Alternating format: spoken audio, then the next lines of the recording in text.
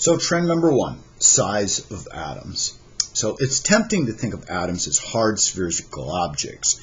According to the quantum mechanical model, though, atoms do not have sharply defined boundaries at which the electron distribution becomes zero. It's kind of like a fuzzy space out there where the electrons occupy or might be.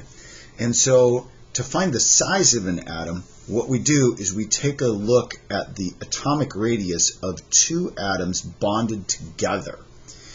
And we find that distance between their nuclei, and then we divide that by 2, because obviously that would be a radius of one atom. And so we call it the bonded atomic radius, and you can find this on page 302 of the 13th edition of Brownlee and Burston.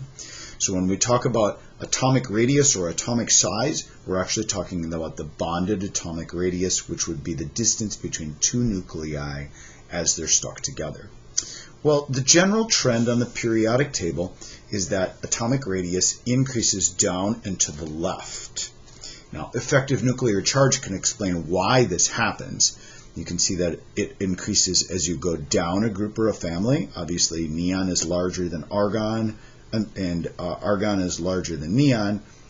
Neon is larger than helium, and then argon is larger than helium. Krypton is larger, so you can see that it gets bigger as you go that way. You can also see that it increases as you go down this direction, or as you go from right to left across a period. So first of all, as you go down a group or a family, let's just take the alkali metals right here, it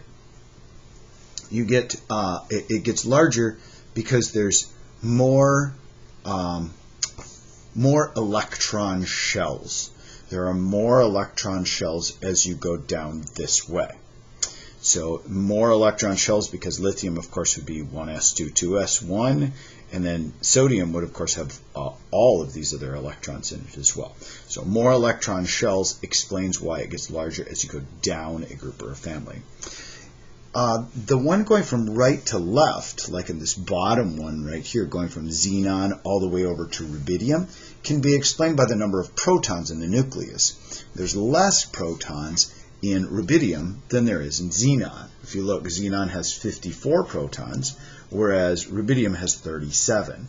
And you remember, protons attract electrons, and so xenon will attract the electrons better because there's more protons than rubidium. They're all in the 5th energy level right here, and their valence electrons would be in the same 5th energy level.